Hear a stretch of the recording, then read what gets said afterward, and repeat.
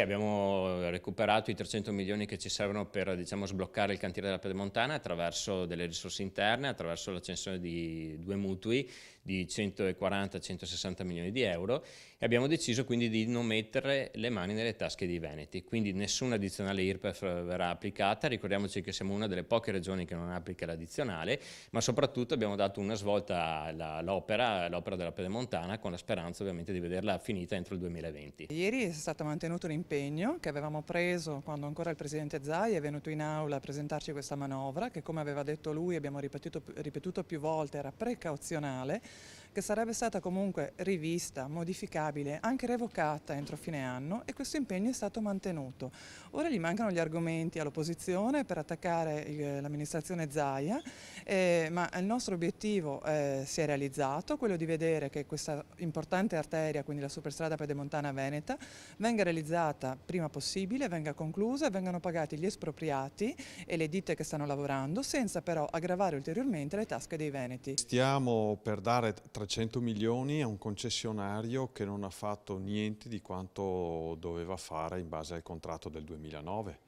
Non ha completato l'opera e doveva farlo in 6 anni e mezzo, non ha pagato gli espropri, non ha pagato i subappaltatori e non ha fatto il closing finanziario, cioè non ha trovato i finanziamenti privati che aveva promesso.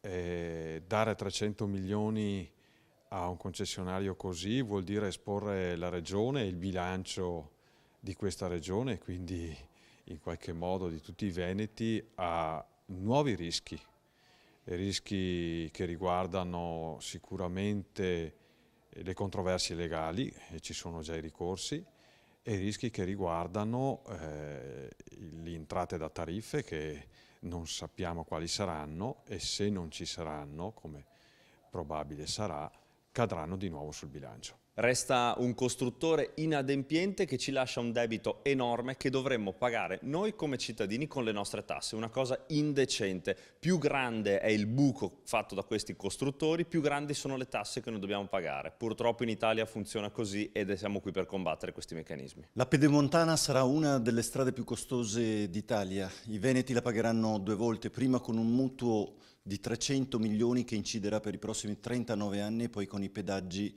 tra i più alti d'Italia. Una cosa veramente incredibile, un regalino ai privati che non avevano bisogno. Il privato che costruirà la Pedemontana guadagnerà 114 milioni all'anno per un totale di oltre 4 miliardi di utile. Credo che non avesse bisogno di ulteriori 300 milioni dei veneti.